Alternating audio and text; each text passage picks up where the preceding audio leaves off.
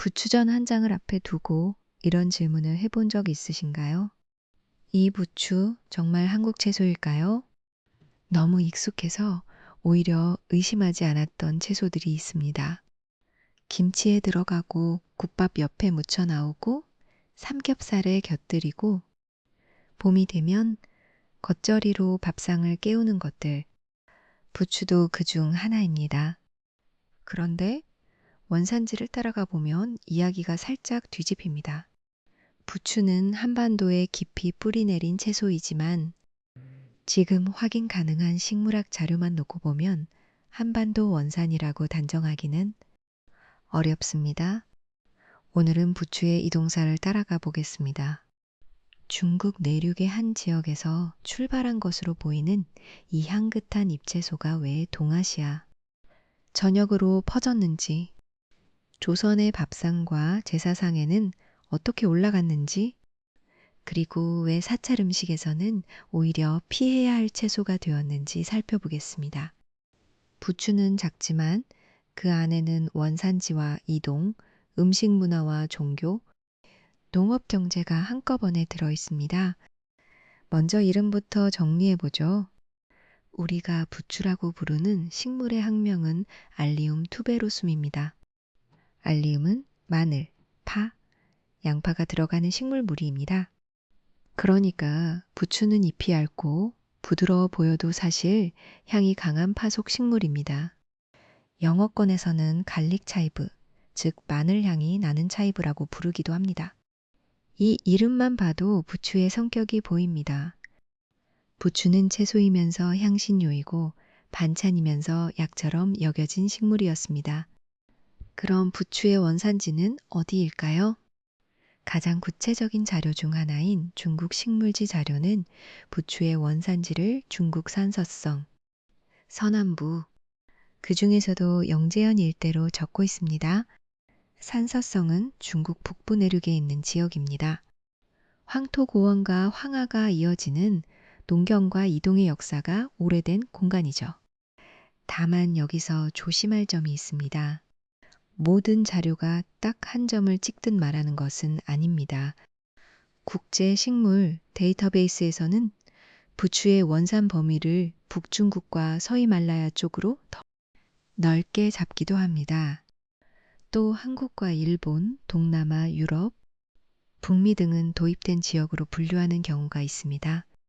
이 말은 부추가 한국에 최근에야 들어왔다는 뜻은 아닙니다. 전혀 아닙니다. 한국에서 부추는 오래전부터 재배되고 먹혀온 식물입니다. 다만 식물학에서 말하는 원산지와 사람들이 오랫동안 먹어온 문화적 고향은 꼭 같은 말이 아닙니다. 한반도에서 너무 자연스럽게 자라고 때로는 야생화에서 자라기 때문에 토종처럼 느껴질 수 있습니다. 하지만 현재 자료를 보수적으로 읽으면 부추는 한반도에 오래 정착한 동아시아계 작물이라고 표현하는 편이 안전합니다. 그렇다면 부추는 왜 움직였을까요? 다음 문장입니다. 작물이 이동하려면 이유가 있어야 합니다. 맛있기만 해서는 부족합니다. 멀리 옮겨 심을 가치가 있어야 하고 낯선 땅에서도 살아남아야 하며 농민에게 이익을 줘야 합니다. 부추는 이 조건을 꽤 잘 갖춘 식물이었습니다. 첫째, 향이 강했습니다. 고기 냄새를 잡고 기름진 음식에 생기를 주고 밋밋한 국물식에 매운 향을 더했습니다. 둘째, 몸에 좋다는 인식이 따라붙었습니다. 동아시아에서 마늘과 파 계열 식물은 단순한 채소가 아니라 기운을 돋우는 식재료로 받아들여지는 경우가 많았습니다. 셋째 이유가 특히 중요합니다. 부추는 한 번 심으면 여러 해 동안 계속 벨 수 있습니다.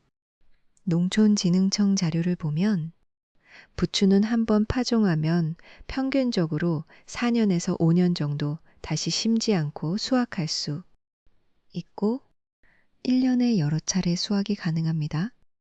잎을 베어도 다시 올라오는 작물이라는 뜻입니다. 농민 입장에서 이것은 엄청난 장점입니다. 매번 밭을 새로 갈고 씨를 뿌리는 부담이 줄어듭니다. 씨앗으로도 번식하고 포기를 나누어 심는 방식으로도 늘릴 수 있습니다.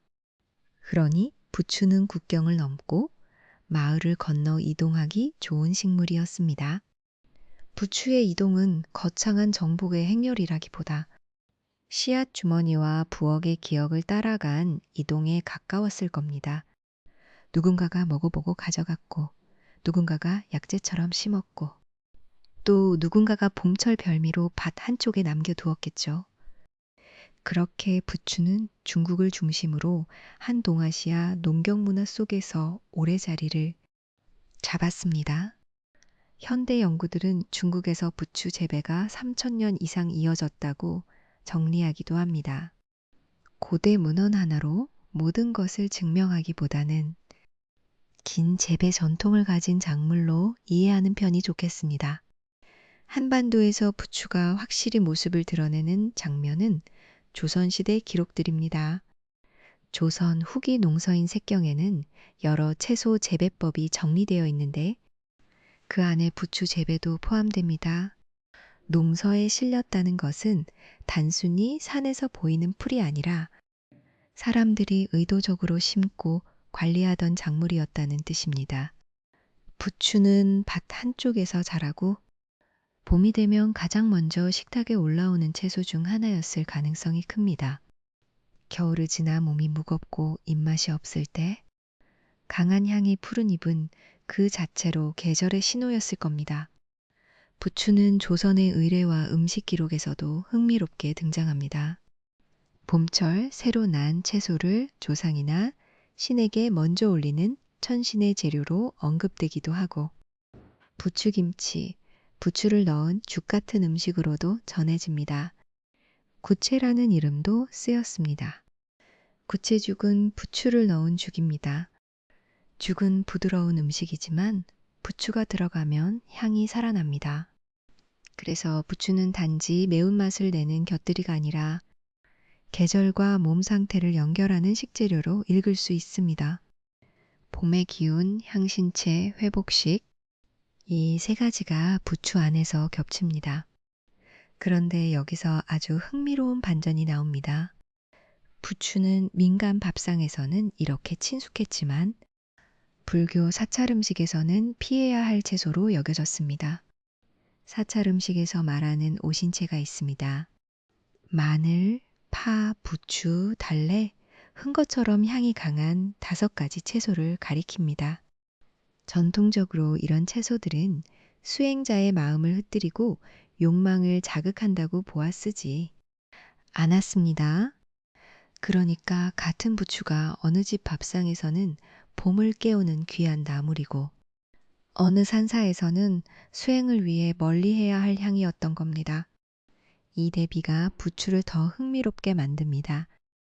보통 음식의 역사를 말할 때 우리는 맛있어서 퍼졌다고 생각합니다. 하지만 음식은 맛만으로 움직이지 않습니다. 어떤 사회에서는 약이 되고 어떤 의례에서는 제물이 되고 어떤 종교에서는 금기가 됩니다. 부추의 강한 향은 장점이자 단점이었습니다.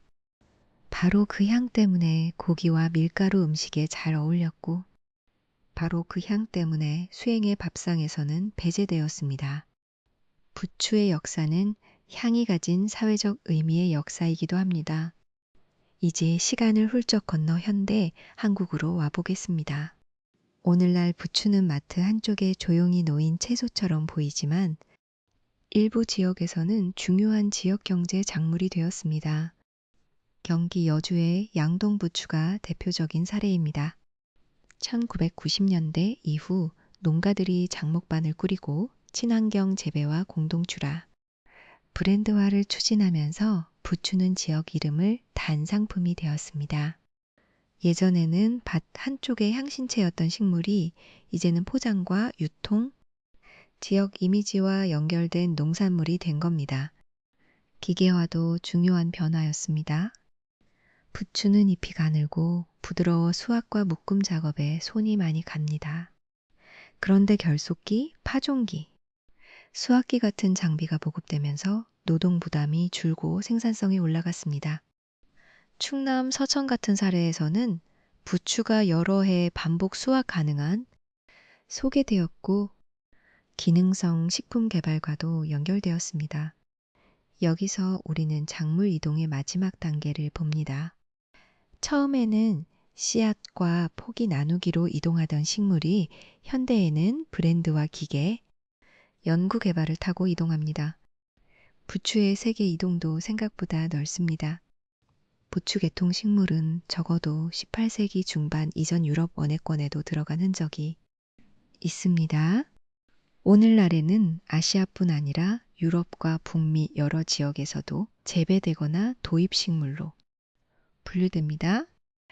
물론 여기에는 부추와 가까운 종들의 분류 문제가 얽혀 있어 단순하게 말하기는 어렵습니다. 하지만 분명한 것은 하나입니다. 부추는 한 지역의 작은 채소로 멈추지 않았습니다. 향, 약용 인식, 재배 편의성, 경제성이 결합하면서 꽤 넓은 세계를 건넜습니다. 다시 처음 질문으로 돌아가 보겠습니다. 부추는 한국 채소일까요? 답은 이렇게 말할 수 있겠습니다. 원산지를 엄밀히 따지면 한반도 토종이라고 단정하기 어렵지만 음식 문화의 시간으로 보면 부추는 분명 한국인의 밥상에 깊이 들어온 채소입니다. 이 차이를 구분하는 것이 중요합니다.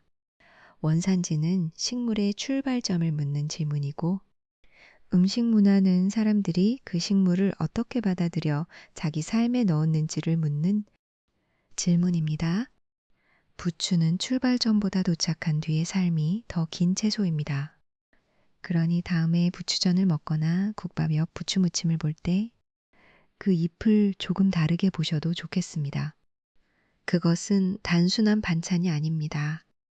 중국 내륙의 원산 논쟁을 품고 조선의 농서와 제사상에 등장하고 사찰의 금기를 지나 현대의 지역 브랜드 농업까지 이어진 긴 이동의 결과입니다.